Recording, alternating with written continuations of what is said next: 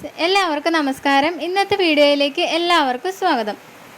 കുട്ടികൾക്ക് രക്തക്കുറവ് ഉള്ളപ്പോൾ അയണിൻ്റെ സിറപ്പോ അയൺ ഡ്രോപ്സോ കൊടുക്കാറുണ്ട്. അയൺ മരുന്നുകൾ കൊടുക്കുമ്പോൾ എന്തൊക്കെ കാര്യങ്ങളാണ് ശ്രദ്ധിക്കേണ്ടത് എന്നതിനെക്കുറിച്ചാണ് ഇന്നത്തെ വീഡിയോയിൽ പറയുന്നത്. സാധാരണയായി അയണിൻ്റെ മരുന്നുകൾ കൊടുക്കുമ്പോൾ മലം കറുത്ത നിറത്തിൽ പോകാറുണ്ട്. ഇത് കോമൺ ആയിട്ടുള്ള കാര്യമാണ്. അത് ഓർത്ത് ടെൻഷൻ ആവേണ്ടതില്ല. കുട്ടികൾക്ക് അയൺ മരുന്ന് രാത്രിയിൽ കൊടുക്കുന്നതാണ് നല്ലത്. ഭക്ഷണശേഷമോ ഭക്ഷണത്തിൻ്റെ കൂടെയോ മരുന്ന് കൊടുക്കാവുന്നതാണ്. ശരീരത്തിലേക്ക് അയണിൻ്റെ അബ്സോർപ്ഷൻ കറക്റ്റായിട്ട് നടക്കാനായി ചില ഭക്ഷണങ്ങളുടെ കൂടെ ഇത് കൊടുക്കാതിരിക്കണം. ചായയിലും കാപ്പിയിലും ഒക്കെ അടങ്ങിയിരിക്കുന്ന ടാനിൻസ് അയണിൻ്റെ അബ്സോർപ്ഷനെ തടയുന്നതാണ്. അതുകൊണ്ട് തന്നെ ചായയുടെയും കാപ്പിയുടെയും കൂടെയോ അയൺ മരുന്ന് കൊടുത്തതിന് തൊട്ടുപുറകെ ഇവ കൊടുക്കുകയോ ചെയ്യാൻ പാടില്ല.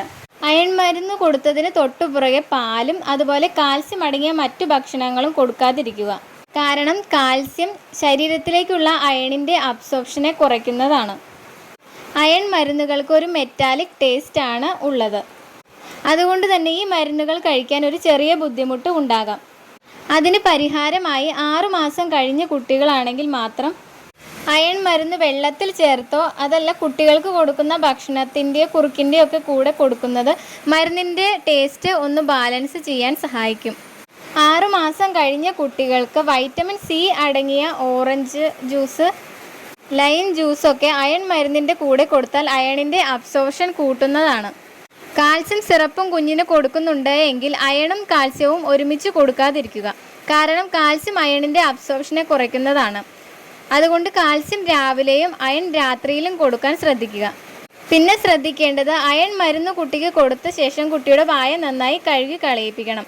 ചെറിയ കുട്ടികളാണ് എങ്കിൽ കുഞ്ഞിൻ്റെ പല്ലും മോണയും നാക്കും ഒക്കെ നന്നായി തുടച്ച് വൃത്തിയാക്കണം. കാരണം അയൺ ചിലപ്പോൾ പല്ലിൽ സ്റ്റെയിൻ ഉണ്ടാക്കാം.